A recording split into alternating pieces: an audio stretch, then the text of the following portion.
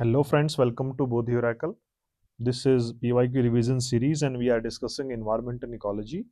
So before we begin, please put the video at 1.25x और 1.5x for the most effective use. तो ये शुरू करते हैं। पूरे environment को हम PYQ से रिवाइज करेंगे और सारे इंपॉर्टेंट कॉन्सेप्ट्स को कवर कर लेंगे। So let us start. 2011 का क्वेश्चन है, which of the following best defines biodiversity hotspots? So biodiversity hotspots क्या होते हैं? जहां पर बहुत डाइवर्स बायोडाइवर्सिटी एग्जिस्ट करती है। तो which best defines? Number one, region with highest population density का डाइवर्सिटी से कोई लेना देना नहीं है, राइट? तो ये स्टेटमेंट हो गया गलत। Areas with large number of endemic species and high habitat loss. Yes, endemic species का मतलब होता है जो स्पीशीज एक पर्टिकुलर एरिया में लिमिटेड हो। तो ये बात बिल्कुल सही है। Regions with maximum forest cover, no, सिर्फ फॉरेस्ट होने से डाइवर्सिटी इंश्योर नहीं होती। Areas protected by government only? Absolutely not. In fact, to add on, India has 4 major biodiversity hotspots, right? सबसे पहला कौन सा है? हिमालयाज। ये पॉलिटिकल बाउंड्रीज नहीं है, ज्योग्राफिकल बाउंड्रीज होती हैं। नेक्स्ट इज वेस्टर्न घाट्स, ये आपको याद रखना है, बहुत इंपॉर्टेंट है, इनसे क्वेश्चन आते रहते हैं।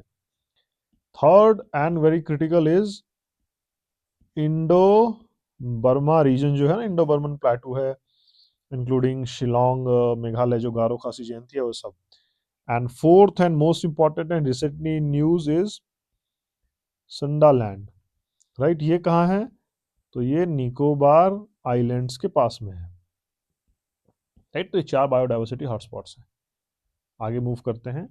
Which of the following are characteristics of mangrove ecosystem? Mangrove ecosystem का कैरेक्टरिस्टिक इनमें से कौन सा है, राइट? तो हाई सैलिनिटी टॉलरेंस, बिल्कुल सही, ये एक सही बात है, हाई सैलिनिटी टॉलरेंस होता है। मैंग्रोव क्या होते हैं? ये कोस्टल एरियाज में होते हैं, राइट? और ये क्या करते हैं? ये ब्रिज होते हैं ओशियंस, ये सलाइन बॉडीज और लैंड का। Prop roots for support, exactly, prop roots होते हैं, बहुत इनकी डीप रूट्स होती हैं और बिखरी हुई रूट्स होती हैं। Found in fresh water regions, fresh water regions absolutely not, ये तो होगा ही नहीं, क्योंकि ये दोनों तो कॉन्ट्राडिक्टरी है ना। अगर हाई सैलिनिटी है तो फ्रेश वाटर कैसे हो सकता है? तो करेक्ट ऑप्शन इज सी। और एक और बात आपको याद रखनी है कि in India West Bengal has highest mangrove cover in states, highest cover of mangrove, right? And then after West Bengal, it is the state of Gujarat which has the highest mangrove cover. आगे चलते हैं। Which ecosystem stores largest quantity of carbon per unit area? Stores is the focus. Largest quantity of carbon per unit area, सबसे ज्यादा per unit area में carbon कौन सा ecosystem store करता है? ट्रॉपिकल रेन फॉरेस्ट ये करता तो है, मैंग्रोव फॉरेस्ट भी करता है, ग्रासलैंड भी करता है, डेजर्ट भी टू सर्टेन एक्सटेंट करता है, सबसे कम डेजर्ट करता है, तो ये तो बिल्कुल हट जाएगा, राइट? तो ट्रॉपिकल मैंग्रोव और ग्रासलैंड में कंफ्यूजन है। ग्रासलैंड भी जो है वो ज्यादा नहीं कर पाता है, क्योंकि ग्रासलैंड तो ग्रास तो ज्यादा बड़ी नहीं होती, 5-6 फीट पर ही होती है, तो वो भी now out of question. Tropical rain forest और मैंग्रोव फॉरेस्ट में, दोनों में डिफरेंस क्या है? ट्रॉपिकल में बहुत बारिश होती है, बहुत बायोडाइवर्सिटी होती है। मैंग्रोव क्या है? मैंग्रोव सलाइन टॉलरेंट होते हैं एंड आर नियर ओशियंस। तो ये क्या है? इनकी रूट्स भी स्टोर करती हैं और प्लांट तो करता ही करता है, तो ट्रॉपिकल से ज्यादा मैंग्रोव करेगा, right? Mangrove is the correct answer. Next, which of the following species considered a keystone species? अब इनमें से कौन सा कीस्टोन है? उससे पहले हम ये जानते हैं कीस्टोन होता क्या है। कीस्टोन का मतलब है species which holds an ecosystem together. For example, आप लोगों ने हैरी पॉटर देखा होगा, जो काम हैरी पॉटर में डम्बलडोर करते हैं, प्रोफेसर डम्बलडोर, वही काम इकोसिस्टम में कीस्टोन स्पीसीज करती है, राइट?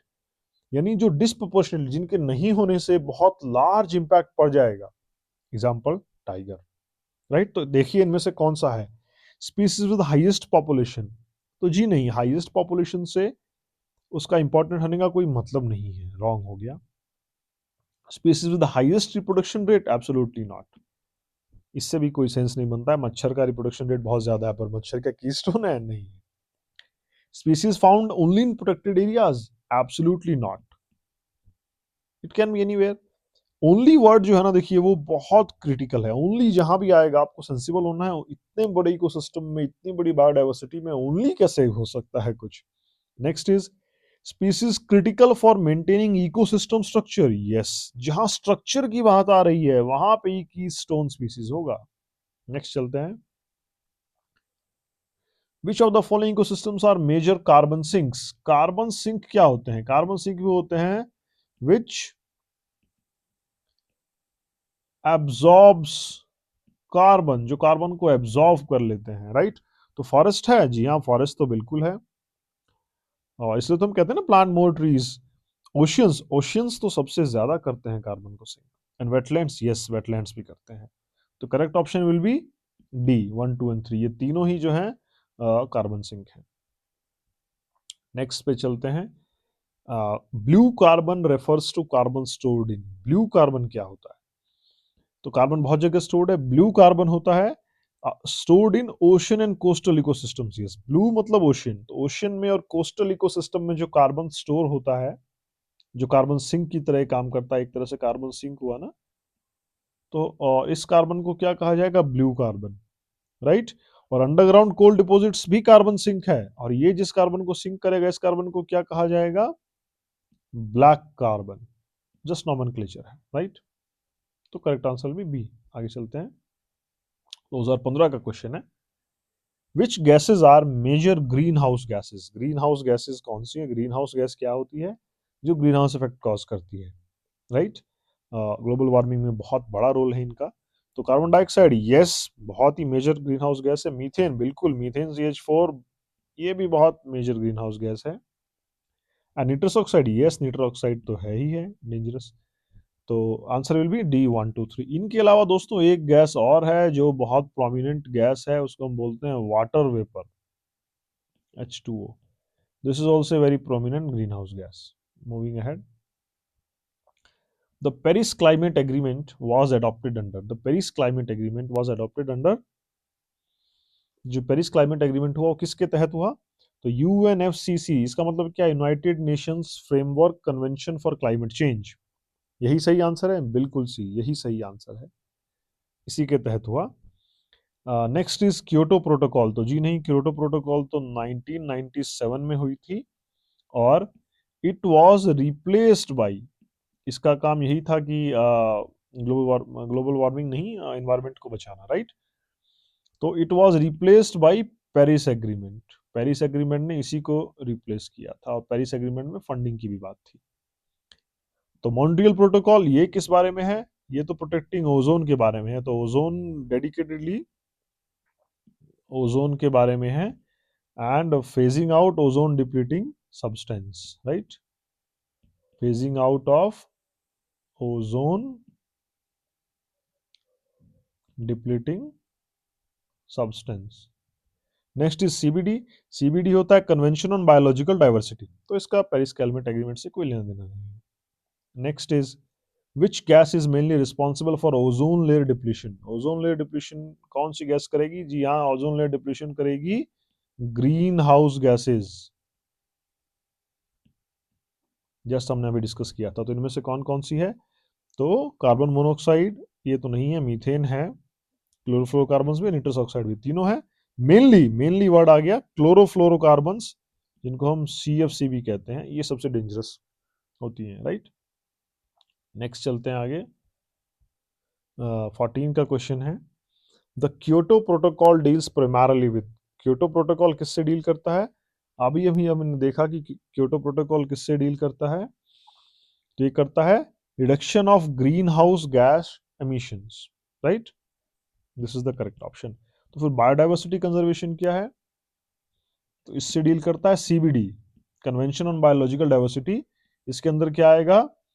जैसे नागोया कन्वेंशन है, फिर उसके बाद प्रोटोकॉल, नागोया प्रोटोकॉल, फिर उसके बाद हम लिखते हैं कार्टिगना प्रोटोकॉल, ये सब है।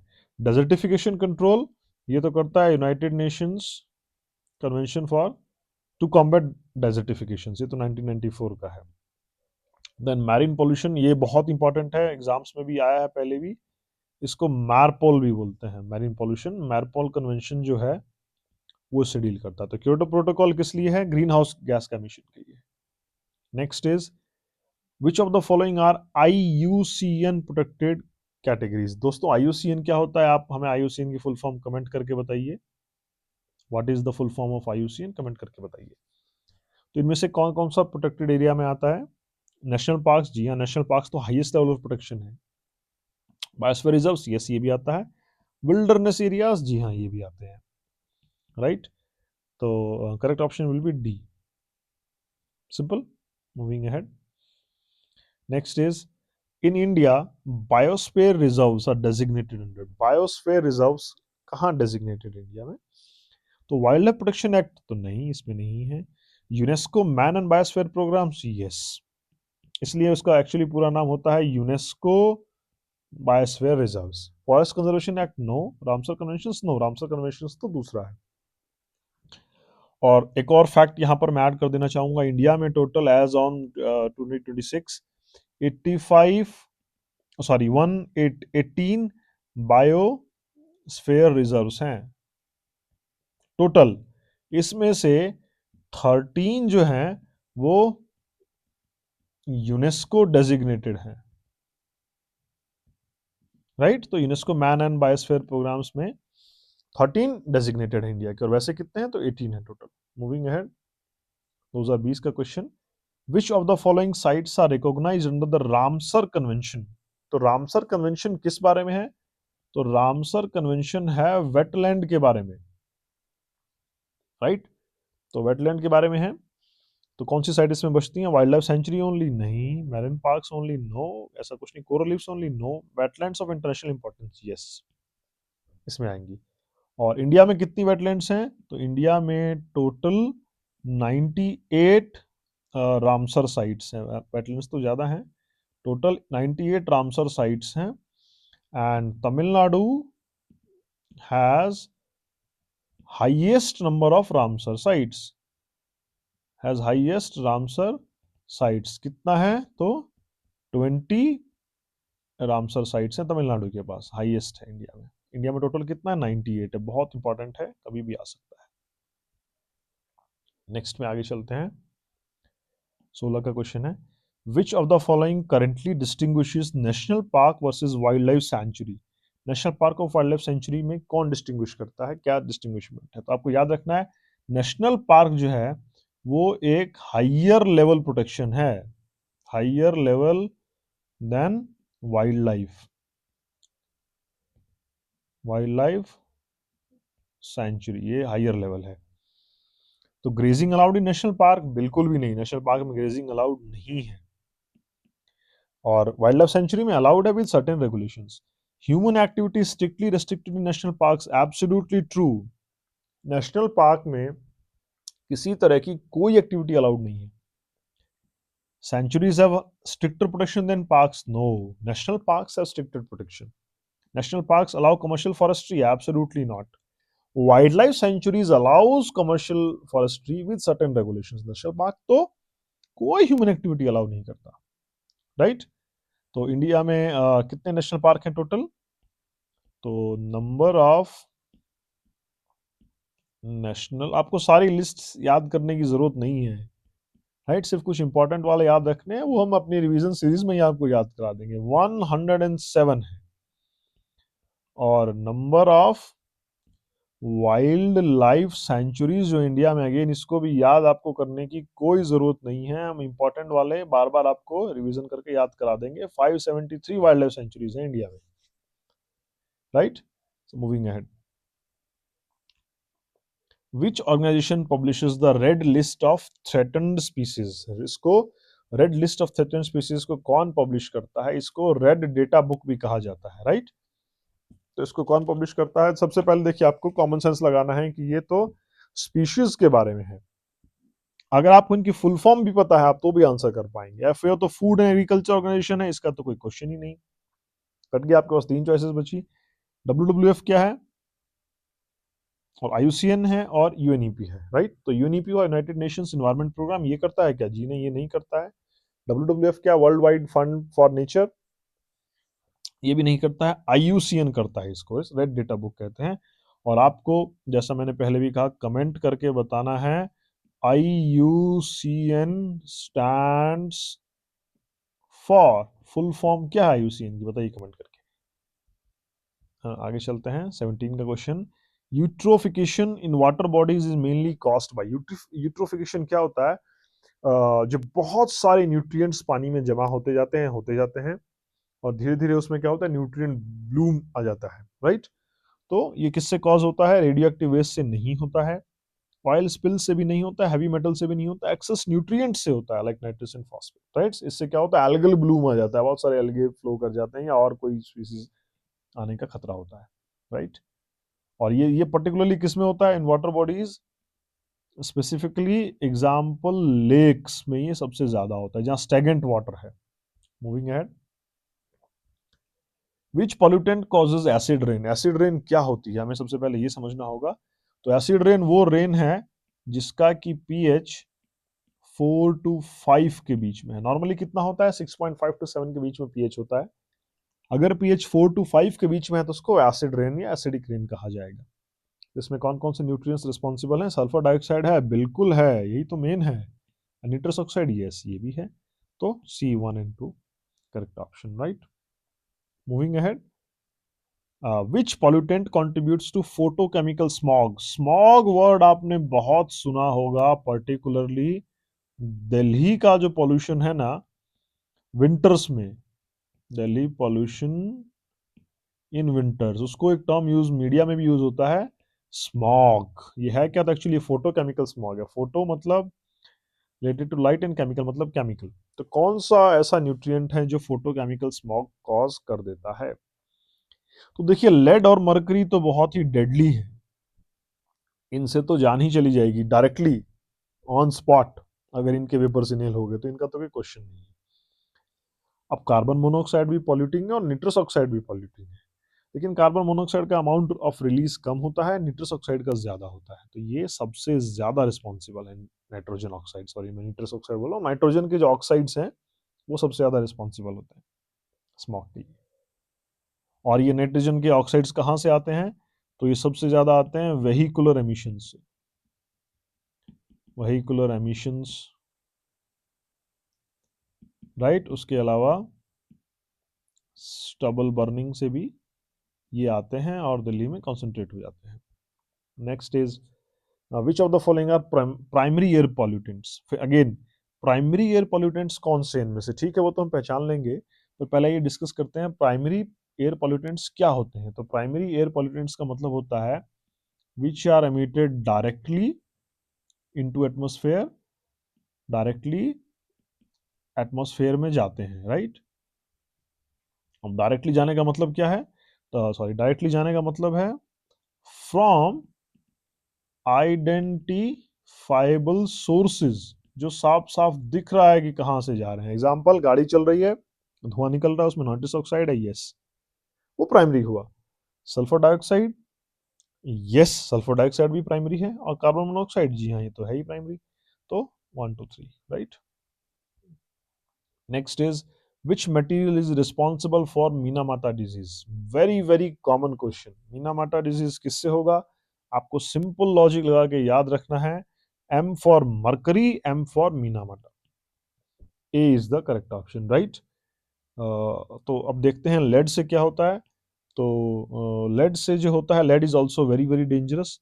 लेड से जो होता है उसको हम बोलते हैं, लेड का एक्चुअली नाम है प्लम्बम, तो इससे डिजीज होती है प्लम्बिज्म। फिर है कैडमियम। तो कैडमियम से क्या होता है? कैडमियम से एक और बहुत नोन डिजीज है, इटाई इटाई, ये भी कैडमियम से होता है। और आर्सेनिक से क्या होता है? आर्सेनिक से आर्सेनिक पॉइजनिंग होता है, बहुत ही डेंजरस है, उसको आर्सेनिकोसिस। और एक और प्रॉब्लम होती है इससे, उसको हम बोलते हैं ब्लैक फुट डिजीज, ये होती है। और मरकरी से क्या होता है? मीनामाटा, एम एम याद रखना है। Next is the Montreal protocol aims to, very very important protocol. Montreal protocol किस लिए जानी जाती है? तो it is for ozone depleting substance, right. ये ओजोन डिप्लीटिंग सब्सटेंस के लिए है। ये दोस्तों इसका कोई लॉजिक नहीं, कुछ नहीं, ये questions actually fact based questions होते हैं। और मैं आपको एकदम एश्योर करता हूं कि आपको इनको याद करने की अलग से बिल्कुल कोई जरूरत नहीं है। हम इतनी बार इनको यहाँ डिस्कस करेंगे, इस वीडियो में भी और अपकमिंग वीडियोस में भी।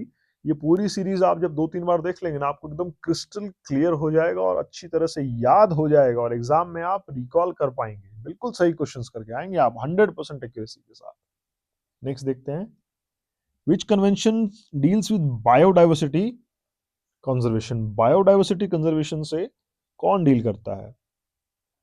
तो बायोडाइवर्सिटी से सिंपल है, सीबीडी डील करता है। इसका नाम ही क्या है? Convention for biological diversity, simple, ये डील करता है। Next is the basal convention regulates. Basal convention किसको रेगुलेट करता है? तो बेसल कन्वेंशन रेगुलेट करता है, बहुत सिंपल है ये, हैजार्डस वेस्ट मूवमेंट। जो वेस्ट के कारण हमारी प्रॉब्लम्स हैं, वो उसको बेसल कन्वेंशन रेगुलेट करता है। पॉल्यूशन है जो वेस्ट के कारण। Next is convention on international trade in endangered species. Species की बात है, अब आप सोचेंगे फ्लोरा या फौना है, दोनों है। तो ये क्या रेगुलेट करता है? स्पीसीज है। तो हार्वेस्टिंग की बात हो रही है क्या? बिल्कुल नहीं, यहाँ तो कोई स्पीसीज के ट्रेड की बात हो रही है, हार्वेस्टिंग कहाँ से आ गया? और फॉरेस्ट देखिए लिमिट कर देता है, ये ओपन है, endangered species. Carbon trading absolutely not. Fishing Kota's नहीं, ऐसी तो कोई बात ही नहीं, कोटा कहाँ से आ गया इसमें? वाइल्ड लाइफ ट्रेड, यस, ये ट्रेड को रेगुलेट करता है कि इंटरनेशनली ग्लोबली कोई एंडेंजर्ड स्पीसीज को इधर से उधर चोरी करके ना ले जाए, वो फ्लोरा में भी फौना में भी, right. Moving ahead, UNCCD focuses on. तो यूएनसीसीडी क्या है? यूएनसीसीडी है United Nations convention to combat desertification, right. करता है डेजर्टिफिकेशन को रोकने के लिए है, ओके। अभी जैसे कि हम देखेंगे इंडिया में एक बात चल रही है ग्रेट वॉल बनाने की। वो वॉल कहाँ से बनेगी? तो वो अरावली के राजस्थान से शुरू होगी और दिल्ली तक बनेगी, राइट। और कहा जा रहा है 5 किलोमीटर वॉल होगी, ग्रीन वॉल, यानी ये क्या होगा? ये फॉरेस्ट जोन होगा एक तरह से। 5 किलोमीटर इसकी विड्थ होगी। ये क्यों होगा? ये डेजर्टिफिकेशन को रोकने के लिए होगा, जो राजस्थान से ईस्टवर्ड मूवमेंट शो कर रहा है। Next is energy flow in ecosystem follows. Energy flow in ecosystem किधर फ्लो करता है? ऑप्शन है हमारे पास 4, cyclic pattern, one way flow, cyclic मतलब ऐसे साइकिल में फ्लो करेगा, राइट। वन वे फ्लो का मतलब एक साइड फ्लो होगा, ऊपर से नीचे भी हो सकता है, नीचे से ऊपर भी हो सकता है। रिवर्स फ्लो मतलब ऑपोजिट फ्लो है, या रैंडम फ्लो जब जैसे मना है। तो रैंडम फ्लो तो बिल्कुल नहीं होगा, एनर्जी का फ्लो कभी रैंडम नहीं हो सकता, याद रखना। एनर्जी बहुत जालिम चीज है, इसको हल्के में नहीं लेना है। तो एनर्जी का प्राइमरी सोर्स क्या है? तो sun is the primary source of energy. जिसके पास एनर्जी है वही बादशाह है। अभी देखिए यूएस और इजराइल और ईरान वॉर में क्या हो रहा है। तो sun is the primary source and energy flow from sun to trophic levels, secondary level and tertiary levels. तो एनर्जी फ्लो एसेंशियली क्या है? वन वे है। सन से एनर्जी आई, वो एनर्जी कहाँ गई? तो वो एनर्जी उनके पास गई जो खाना बनाते हैं, राइट। तो एंड मूविंग ऑन, फिर हमारे पास है एंड द 10% लॉ। तो एसेंशियली वन वे है। Next is which process converts nitrogen gas into usable form for plants. Nitrogen gas को कौन सा प्रोसेस यूजेबल फॉर्म, प्लांट्स की यूजेबल फॉर्म में कन्वर्ट करता है? First is nitrification. तो नाइट्रिफिकेशन ऐसा करता है क्या? तो जी नहीं, नाइट्रिफिकेशन ऐसा नहीं करता। नाइट्रिफिकेशन क्या करता है? Nitrification converts ammonia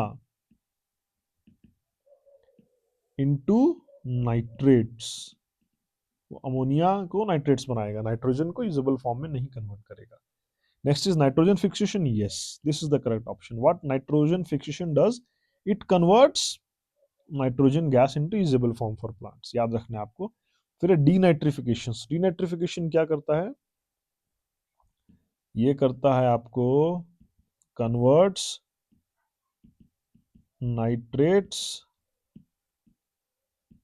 back into ammonia, यानी जो काम नाइट्रिफिकेशन करता है ये उसका रिवर्स है। Next is ammonification, very very important. Ammonification का मतलब अमोनिया बनना नहीं है, सॉरी अमोनिया से टूटना नहीं है, अमोनिया बनना है।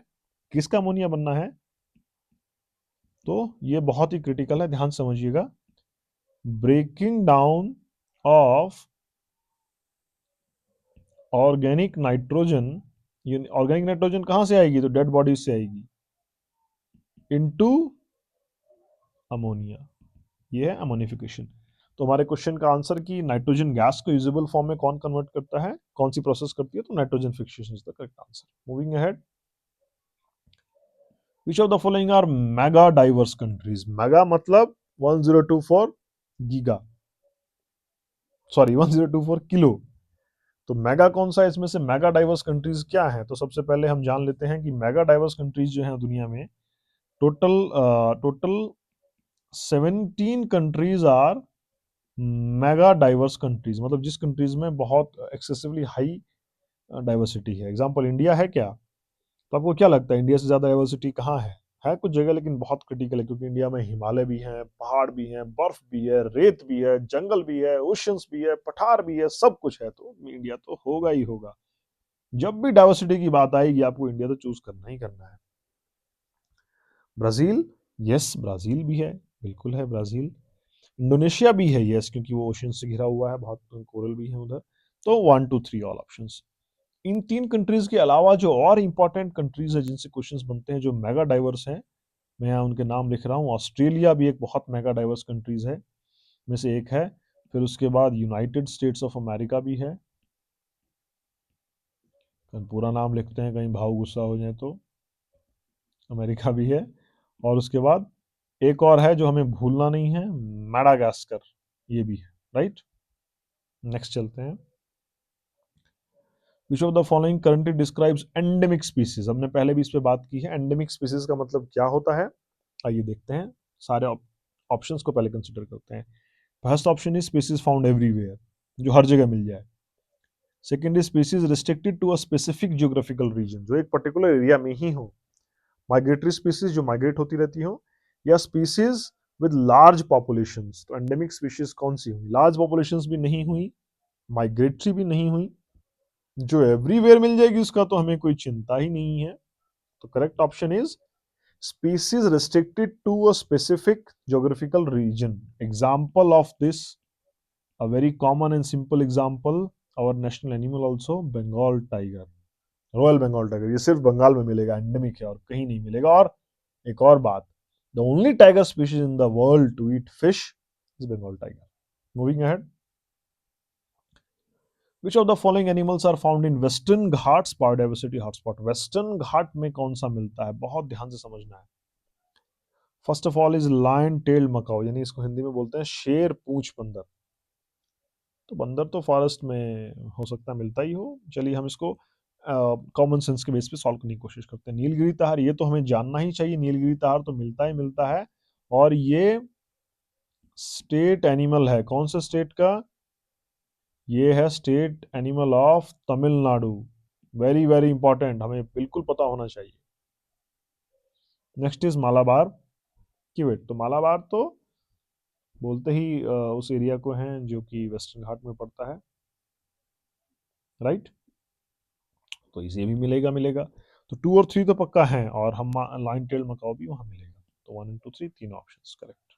Next is which of the following are threats to biodiversity? Biodiversity को थ्रेट क्या क्या है? तो ये एकदम ही कॉमन सेंस का क्वेश्चन है। हैबिटेट डिस्ट्रक्शन, आप खुद सोचिए, हैबिटेट मतलब रहने का स्थान, अगर रहने का स्थान टूटेगा तो बायोडाइवर्सिटी ऑटोमेटिकली कम होती जाएगी। तो ये तो है ही। डिस्ट्रक्शन का कॉज ढूंढना बहुत आसान है। इन्वेजिव स्पीसीज, इन्वेजिव स्पीसीज मतलब बाहर की स्पीसीज आएंगी, तो बाहर की स्पीसीज आएंगी तो लिमिटेड रिसोर्सेज में कंपटीशन बढ़ेगा। अगर कंपटीशन बढ़ेगा तो नेटिव स्पीसीज हारती, दोनों का नुकसान होगा। तो बिल्कुल खतरा है बायोडाइवर्सिटी को। क्लाइमेट चेंज, ये तो हर चीज के लिए खतरा है, इंसानों के लिए भी खतरा है, जीने के लिए खतरा है क्लाइमेट चेंज। तो 1 2 3 इज द करेक्ट ऑप्शन। बिना सोचे समझे आपको क्लाइमेट चेंज को तो खतरा मानना ही मानना है। Next is which of the following animals is classified as critically endangered? By international union for conservation of nature, ये एक बुक पब्लिश करते हैं जिनको कि हम कहते हैं रेड डेटा बुक, उसमें क्लासिफिकेशन होता है। तो क्रिटिकली इंडेंजर्ड इसमें से कौन सा माना गया है? हमारे पास ऑप्शंस हैं Bengal tiger, great Indian bustard, Asiatic lion and Indian elephant, right. तो इसमें से क्रिटिकली इंडेंजर्ड हैं ग्रेट इंडियन बस्टार्ड। इसके बारे में एक बात और जान लेते हैं, ग्रेट इंडियन बस्टार्ड जो है वो राजस्थान का स्टेट एनिमल भी है, स्टेट एनिमल है ग्रेट इंडियन बस्टार्ड, बर्ड होती है। ये क्या है? एक्चुअली ये बर्ड, स्टेट बर्ड है, नॉट एनिमल, स्टेट बर्ड है, great Indian bustard. Moving ahead, which of the following contributes to global warming? बहुत ही वेग क्वेश्चन है और 2 बार आ चुका है। इतना वेग क्वेश्चन जब होगा तो आपको कोशिश करना है कि आप सबको ही पकड़ लें। ग्लोबल वार्मिंग में कौन सा कंट्रीब्यूट करता है? कार्बन डाइऑक्साइड बिल्कुल करता है, सारी लड़ाई कार्बन की। मीथेन तो करेगी ही करेगी। निट्रस ऑक्साइड, यस, ये तो वेहिकुलर एमिशंस है। 1 2 3।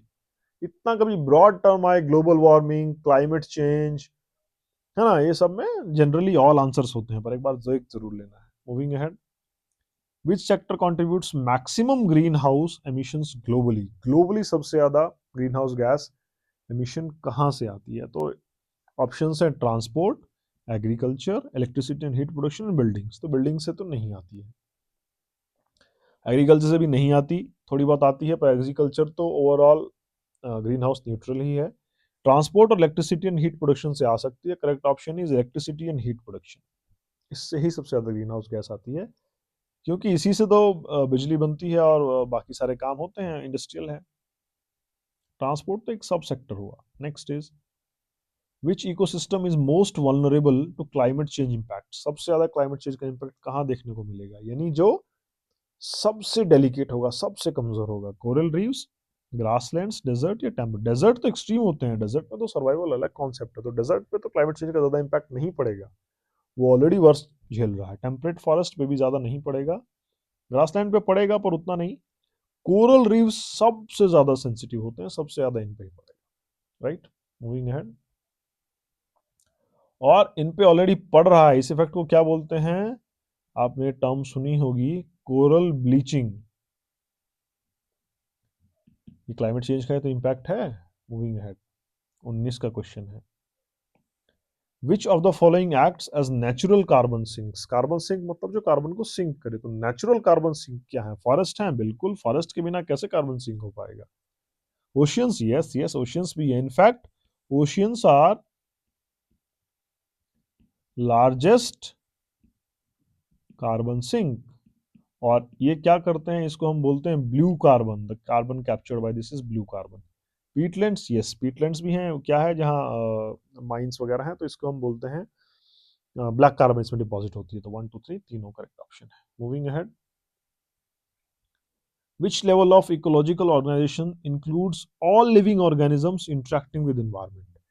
All living organisms interacting with environment, ये कहाँ होता है? आइए एक एक करके समझते हैं। पॉपुलेशन, पॉपुलेशन का मतलब होता है group of same species in area. Community क्या होती है? तो ये होता है different population, combination of different populations, right. तो अलग अलग पॉपुलेशंस का, अलग अलग स्पीशीज का, इसको हम ऐसे भी लिख सकते हैं कि मल्टीपल स्पीशीज के एग्जिस्टेंस को एक जगह कम्युनिटी कहा जाता है। इकोसिस्टम क्या है? तो इकोसिस्टम ही ये है, all living organisms interacting with environment, this is ecosystem. And what is biosphere? Biosphere तो और बड़ी टर्म हुई, it means all living organisms and their environment, right, इसको हम बोलते हैं बायोस्फीयर। मूविंग अहेड, ना सॉरी, तो करेक्ट आंसर क्या होगा इसका? Ecosystem is the correct answer. Moving ahead, which ecosystem acts as natural barrier against cyclones and storms? Cyclone and storms के अगेंस्ट नेचुरल बैरियर कौन सा इकोसिस्टम बनेगा? साइक्लोन समझते ही आपको, पढ़ते ही आपको समझ में आ जाना चाहिए कि it has something to do with oceans और सीज यानी वो सेलाइन वाटर टॉलरेंट होना चाहिए। रिपीटेड थीम का क्वेश्चन है, बहुत इंपॉर्टेंट है। तो डेजर्ट्स के पास में हो सकता है, ग्रासलैंड्स के पास में ओशियन होना थोड़ा सा कठिन है, तो हम ग्रासलैंड्स को तो काट देते हैं। डेजर्ट हो सकता है, टेम्परेट फॉरेस्ट भी नहीं होंगे, एक्चुअली मैंग्रोव है। Mangrove are the natural wall against cyclones, right. Moving ahead, which of the following functions are performed by wetlands. Wetlands इनमें से क्या काम करते हैं? तो फ्लड कंट्रोल बिल्कुल करते हैं, फ्लड कंट्रोल, क्योंकि पानी सारा वेटलैंड में जमा हो जाता है। Water purification, yes, ground water को वो ग्राउंड वाटर लेवल को बढ़ाते हैं, वाटर प्यूरिफिकेशन भी करते हैं, क्योंकि पानी साफ होकर छन कर एक तरह से ग्रास के थ्रू और पत्थर के थ्रू जो है पहुंचता है। And biodiversity habitat, yes, particularly for migratory species,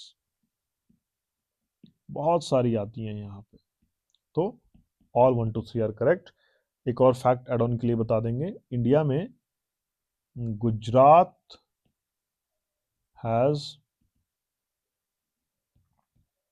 highest number of wetlands. India, Gujarat में सबसे ज़्यादा वेटलैंड्स है।